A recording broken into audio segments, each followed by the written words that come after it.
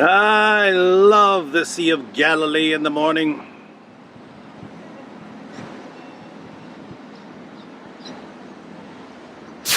All right, we are in Magdala, town in northern Galilee. It was a fishing village, and this was the home of Mary Magdalene.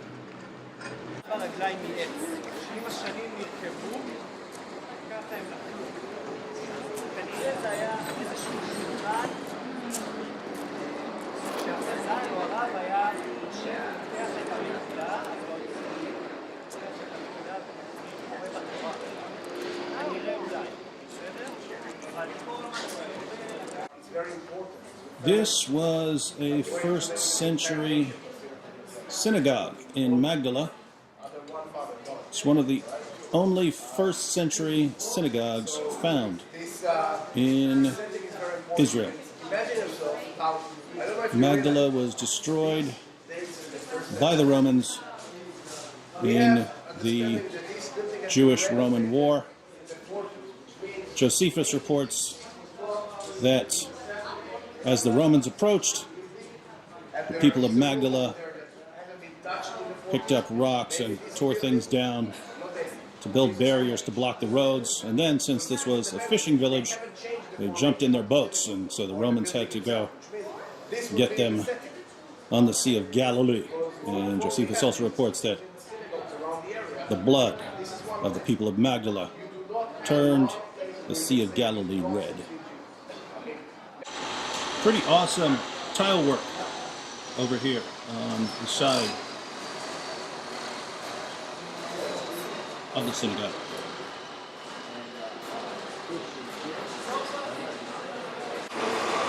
This is the Magdala stone. You can see the menorah on it, and this is the earliest instance found of a menorah in Galilee.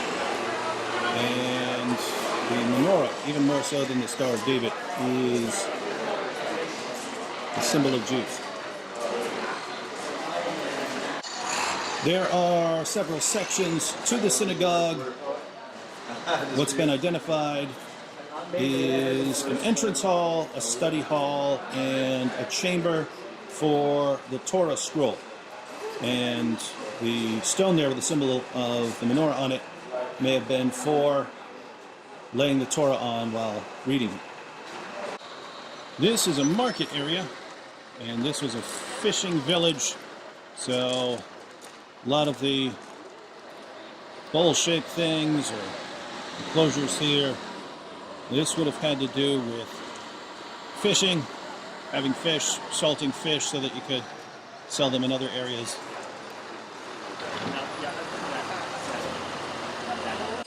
This is what's left of a first century road. So this is what would have been blocked by the people of Magdala as the Romans were approaching. This is Blue, an Israeli energy drink. Basically Krav Maga in a can.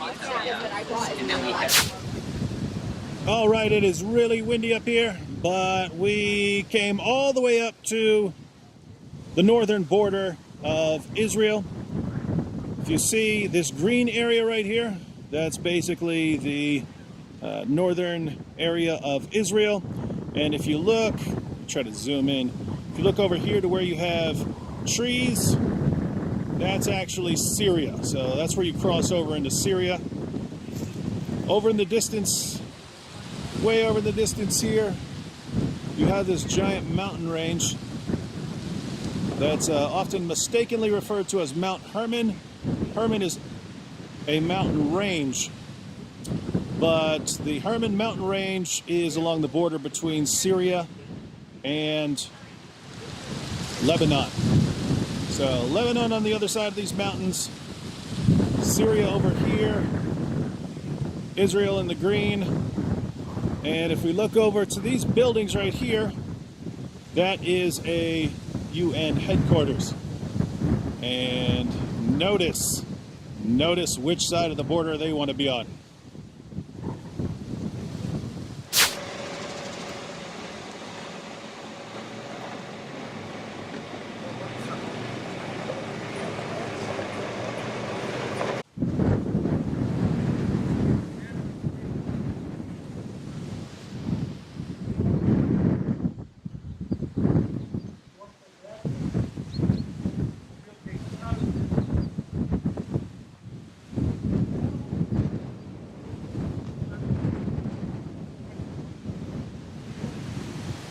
came up on the roof of this building. This used to be the Syrian military headquarters, built for Syria by the Russians, which is why you can see this beautiful Russian architecture, obviously influenced by the classics. This was taken in the 1967 war and is now used, one, by film crews who want a really cool looking dilapidated building, and for training in really bad terrorist situations. Mainly what happens if terrorists attack a school. You can see, even though this wasn't a school, it's set up like a school. So this is where Israeli police and soldiers do training for those kinds of situations. If you woke up and didn't know where you were, of course, you'd assume that you're in Detroit, but you're not. We are right along the Syrian border. The Syrian border is out that way, although we have to use the term border lightly. Part of the definition of a border is that it's recognized by the countries on the opposing sides of the border, and Israel has no border with Syria that is recognized by both sides.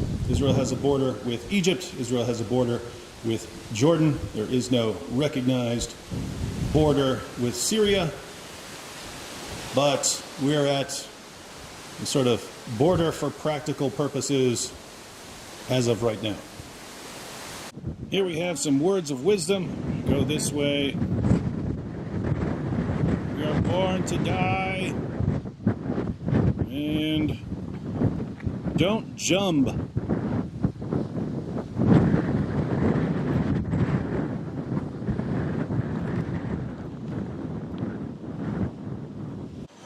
This building reminds me of Sam Shamoun's YouTube channel. Bombed out and depleted.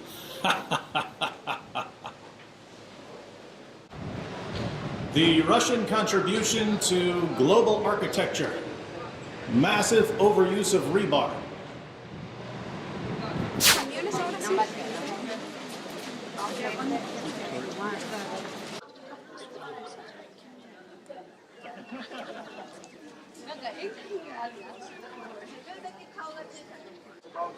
So these are some of the ruins of Capernaum. Capernaum is one of the most important cities in the New Testament. 5 of Jesus' disciples were from here, and Jesus himself lived here for a while. Was a great launching point if you wanted to travel around Galilee, especially the Sea of Galilee, since we're right beside the Sea of Galilee. And this is the home of some of the coolest stories in the New Testament. So, for instance, when people wanted to bring a paralytic to Jesus so that Jesus could heal him, and the crowd around Jesus was so massive that they couldn't get to him, and so they actually climbed up on the roof of the house and tore up the roof and lowered the paralytic down through the roof so that Jesus could heal him, and Jesus healed him. Yep, that was here in Capernaum. This is a site that is believed to be Peter's house. Not the things we're looking at now, like Peter's house below this. And there is some ancient graffiti identifying this as a pilgrimage site for Christians, and some of the references are interpreted to be to Peter, but the basic evidence runs as follows. There is, in the 5th century, a church built here, and prior to that, there was some sort of meeting hall underneath, and all of this was built upon a house that goes back to the 1st century, and that was expanded upon over a few centuries. So Basically, something started as a house and then became a gathering hall. And then once Christians were allowed to build churches, a church was built upon it. And basically in the 4th and 5th centuries, there was an emphasis in Christianity on building churches on very important sites. So the question is, what important house would have been in Capernaum that Christians would have wanted to mark and commemorate with a church? Well, Peter's house is a pretty good explanation. All right, now check this out. So this is a church which is built over the ancient church, which is built over a meeting room which was supposedly modified from Peter's house. Now what's interesting is this is kind of the view that the paralytic would have had being lowered down. This isn't what he would have seen because it would have been a nice house back then, but this is sort of the direction he'd have been looking. These are the remains of a late 4th century Jewish synagogue here in Capernaum. So this wouldn't have been the synagogue that Jesus walked into, but this synagogue would have been built upon an earlier synagogue. And so this is most likely the correct location.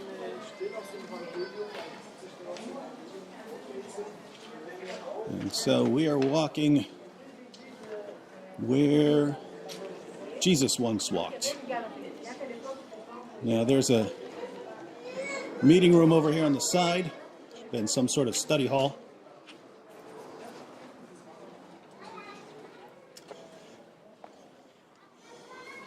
So this is a very large synagogue.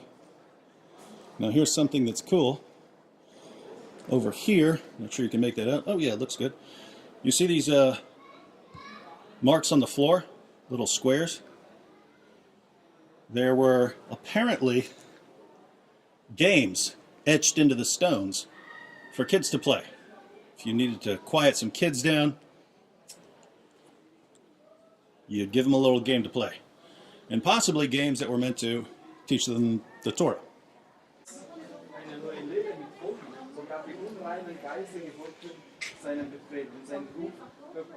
Anyone want to translate this in the comment section?